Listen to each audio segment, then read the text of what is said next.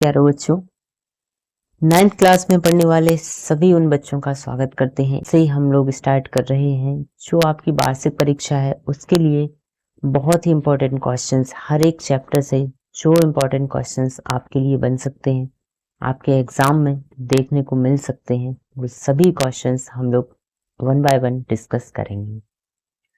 तो चलिए, आज जो बारी है वो है अध्याय 5 की और चैप्टर 5 में आपका है जीवन की मौलिक इकाई, कोशिका के बारे में जितने भी इम्पोर्टेंट क्वेश्चंस हैं वो सब कुछ हम देखने वाले हैं। एक चैप्टर 1 से 2 वीडियो का होगा, इससे ज़्यादा नहीं होगा, क्योंकि एक वीडियो में 5 से 6 क्वेश्चन हम लोग कवर करेंगे, लेक्चर पे हम पहुंचेंगे। चलिए स्टार्ट करते हैं। तो जीवन की मौलिक इकाई जो कि कोशिका कही जाती है, तो सबसे पहले जो हमारे लिए इम्पोर्टेंट है वो है कोशिका का नामांकित चित्र आपको बनाने आ सकता है। उसी को अगर हम देखें तो कोशिका के डायग्राम से ही हम स्टार्ट करने वाले हैं, और कोशिका का जो डायग्राम है वो आपके सामने है। और यहाँ आप देख सकते हो ये वैक्यूल्स होते हैं कुछ यहाँ कोशिका के अंदर। और सबसे पहले अगर हम स्टार्ट करें तो इसके जो बाहरी आवरण है ये है आउटर मेम्ब्रेन कहलाती है। और यहाँ पे माइटोकॉन्ड्रिया कोशिका में होते हैं जो पावर हाउस कहे जाते हैं। न्यूक्लियोलस होता है, न्यूक्लियस होता है। इसके बाद आउटर मेम्ब्रेन आप देख ही चुके हो, और फिर गोल्जी बॉडी, एंडोप्लाज्मिक रेटिकुलम, ये कुछ नेम्स हैं जो आपको याद रखने पड़ेंगे। इन्हीं नेम के साथ आपको कोशिका का डायग्राम बिल्कुल बना के देना है। चलिए अब हम अपने क्वेश्चंस की ओर बढ़ते हैं, और अगर आप ये सीरीज पूरी कवर कर लेते हैं तो वार्षिक परीक्षा में आपके 75 में से 75 नंबर बिल्कुल कंप्लीट मिलने ही वाले। तो आप पूरी साइंस बहुत ही अच्छे से पढ़ लेंगे। वार्षिक परीक्षा आपकी बिल्कुल नज़दीक है, बिल्कुल पास है, तो उसी को ध्यान में रख के ये वीडियो सीरीज जारी की गई है जिसमें हम लोग केवल और केवल क्वेश्चंस डिस्कस करेंगे। तो चलिए अब हम बढ़ते हैं हमारे पहले क्वेश्चन की ओर जो हमारे लिए बहुत इंपॉर्टेंट है, आपके एग्जाम में आने ही वाला है। पहला क्वेश्चन है कोशिका की खोज किसने और कैसे की। तो कोशिका की खोज जिसने की उसका नाम आपको याद रखना पड़ेगा, रॉबर्ट हुक ने की थी। और रॉबर्ट हुक ने क्या किया था, अपने ही द्वारा एक सूक्ष्मदर्शी बनाया था, एक माइक्रोस्कोप का निर्माण किया, और उनने क्या किया, कोशिका को देखा। अब कोशिका को उनने जब देखा था तो कॉर्क नामक पदार्थ था जो कि वृक्ष की छाल से प्राप्त होता है, उसमें उन्होंने कोशिका देखा था। और ये जो कोशिका रॉबर्ट हुक ने जो 1665 में देखी थी, ये कैसी थी, एक मृत कोशिका थी। ये भी आपको बिल्कुल याद रखना है। तो कोशिका की खोज रॉबर्ट हुक ने 1665 में स्वनिर्मित सूक्ष्मदर्शी से कॉर्क नामक पदार्थ में इसे देखा था जो कि वृक्ष की छाल से प्राप्त होता है, और उसे उन्होंने देखा, कोशिका इसको नाम दिया। और इन्होंने क्या, छोटे कमरे के आकार की कुछ संरचनाएं देखी जिसको इन्होंने कोशिका कहा। हम बढ़ते हैं अगले क्वेश्चन की ओर। अगला क्वेश्चन है हमारा कि कोशिका को जीवन की संरचनात्मक तथा क्रियात्मक इकाई क्यों कहते हैं। कोशिका के लिए जीवन की संरचनात्मक और क्रियात्मक इकाई क्यों कहते हैं। यहाँ अगर हम डायग्राम में देखें, ये देखो आप स्ट्रक्चर, इसमें क्या हमें नजर आ रहा है कि आप देख सकते हो एक यहाँ पे ये जो चौकोर डिब्बा है वो दूसरे डिब्बे से जुड़ा हुआ है, या हम ऐसा समझ लें कि जो एक कोशिका है वो दूसरे कोशिका से लगातार जुड़ी हुई है और जुड़ करके एक बड़ी सी संरचना का उसने निर्माण किया है।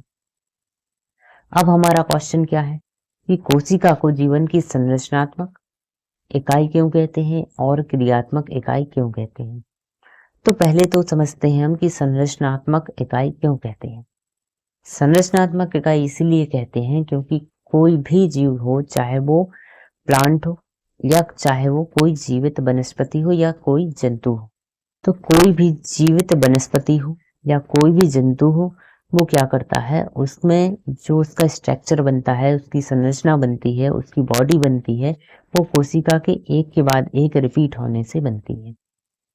जैसे कि आप स्ट्रक्चर में यहाँ पे देख सकते हैं, यहाँ क्या है कि ये इस वाले डायग्राम में कि एक कोशिका दूसरे कोशिका से जुड़ करके दिखाई गई है और यहाँ पे क्या हुआ है, एक बड़ी सी संरचना बनी है।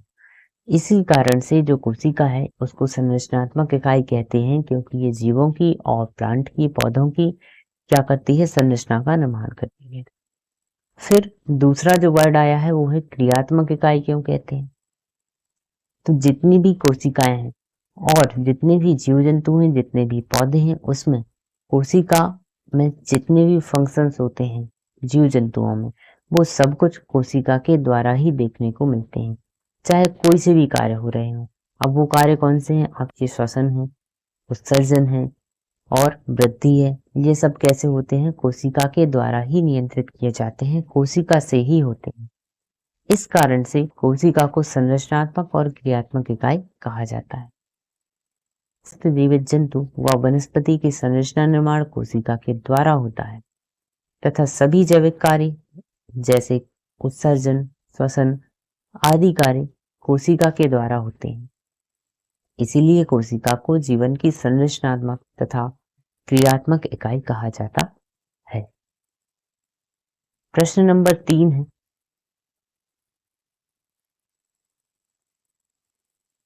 CO2 तथा पानी जैसे पदार्थ कोशिका से अंदर तथा बाहर कैसे आते जाते हैं, इस पर चर्चा कीजिए। तो देखिए, कोशिका के लिए पानी की बहुत आवश्यकता होती है, कार्बन डाइऑक्साइड की आवश्यकता होती है। तो अब कोशिका के अंदर वो कैसे जाएं और कैसे बाहर आएं, इस क्रिया को क्या कहते हैं और किस क्रिया के द्वारा ये कोशिका के अंदर व बाहर आते जाते हैं, डेट्स ये हमारा क्वेश्चन है। तो यहाँ हम देखें तो होता क्या है कि मान लीजिए आपके पास ये एक कोशिका है और दूसरी ये क्या है, दूसरी वाली कोशिका है, या ऐसा कहें कि ये कोशिका है, ये कोशिका का बाहरी वातावरण है या बाहरी आवरण। अब कोशिका के अंदर CO2 भेजना है और जल भेजना है, पानी भेजना है, तो वो कैसे आएगा जाएगा। तो होता यह है कि जहाँ पे ये लिखा है हाई कंसंट्रेशन, जहाँ पे अधिक सांद्रता होती है, वहां से जो जल है या फिर जो CO2 है वो कम सांद्रता की ओर जाता है। मतलब कोशिकाओं में होता क्या है, एक के बाद एक कोशिका जुड़ी हुई होती है। तो जिस कोशिका में जल अधिक मात्रा में है वो वहां से जल शिफ्ट होकर के अदर कोशिका में, उसकी साइड वाली कोशिका में जाता है, जब तक कि दोनों कोशिकाओं में जल की समान मात्रा ना हो जाए। ये मतलब इसमें क्या होता है, जहां पे अधिक सांद्रता है जल की या अधिक सांद्रता है CO2 की, वहां से कम सांद्रता की ओर ये चले जाते हैं। तो इस क्रिया को बोला जाता है परासरण, कि अधिक सांद्रता से तो CO2 तथा पानी जैसे पदार्थ परासरण की क्रिया के द्वारा कोशिका के अंदर व बाहर जाते हैं। जल के अणु का अधिक सांद्रता से कम सांद्रता की ओर जाना परासरण कहलाता है। मतलब यहाँ से हमने दो क्वेश्चन सीख लिए कि एक तो परासरण आपसे पूछ लिया जाए तो जल के अणु का अधिक सांद्रता से कम सांद्रता की ओर जाना परासरण कहलाता है, और जो CO2 है और जो आपका पानी है वो कोशिका में किस क्रिया के द्वारा अंदर बाहर जाता है, तो परासरण की क्रिया के द्वारा। क्वेश्चन नंबर 4 है, प्लाज्मा झिल्ली को वर्णात्मक पारगम्य झिल्ली क्यों कहा जाता है। तो प्लाज्मा झिल्ली कहाँ पे होती है, कोशिका का जो आउटर मेम्ब्रेन होती है वो कहलाती है आपकी प्लाज्मा झिल्ली। अब प्लाज्मा झिल्ली को वर्णात्मक पारगम्य झिल्ली क्यों कहते हैं, इसका अर्थ ये है कि वर्णात्मक का मतलब होता है जैसे कि कुछ विशेष पदार्थों को कोशिका में एक गुण पाया जाता है, किसमें, कोशिका की प्लाज्मा झिल्ली में। ये है कोशिका की प्लाज्मा झिल्ली, जो सिक्योरिटी गार्ड की भांति कार्य करती है, कोशिका को बाहरी वातावरण से अलग करती है और सिक्योरिटी गार्ड जैसे काम करती है। कोशिका के अंदर जितने भी अंग हैं उन सभी अंगों की रक्षा कौन करता है, आपकी प्लाज्मा झिल्ली करती है। तो जो प्लाज्मा झिल्ली होती है ये क्या करती है, इसके अंदर एक ऐसा गुण पाया जाता है कि ये कुछ ही पदार्थों को कोशिका के अंदर तथा बाहर विशेष पदार्थों को आने जाने देती है, इसीलिए कोशिका को वर्णात्मक पारगम्य झिल्ली कहते हैं। अब हमारा क्वेश्चन नंबर 5, और क्वेश्चन नंबर 5 में पूछा गया है कि किन अंगकों में अपना कोई अनुवांशिक पदार्थ होता है किसका, कोशिका का। तो कोशिका में किन अंगकों में या ऐसे 2 अंगकों के नाम बताइए जिसमें कोशिका में वो अनुवांशिक पदार्थ होता है। तो ऐसे 2 अंग कौन कौन से हैं, एक तो आपका है माइटोकॉन्ड्रिया जिसे कहा जाता है और दूसरा प्लास्टिड होता है। इनके पास क्या होता है, ये अनुवांशिक पदार्थ इनके पास होता है माइटोकॉन्ड्रिया के पास और प्लास्टिड के पास। ये एक जीव से दूसरे जीव में क्या करते हैं, लक्षणों को ले जाने का काम करते हैं। इनके पास अपना डीएनए और राइबोसोम होता है। ओके, तो ये थे आज के हमारे कुछ 5 क्वेश्चंस जो कि इस वीडियो में हमने कवर करे, और चैप्टर 5 से अगले 5 क्वेश्चन अगली वीडियो में आपको मिलने वाले हैं। अगर आपने अब तक चैनल को सब्सक्राइब नहीं किया है तो चैनल को सब्सक्राइब करें जिससे टाइमली आपको सारे वीडियोस मिल सकें।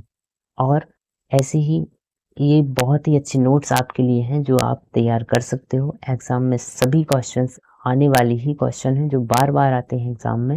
वार्षिक परीक्षा की बहुत ही अच्छी तैयारी आपकी हो सकती है। Thank you.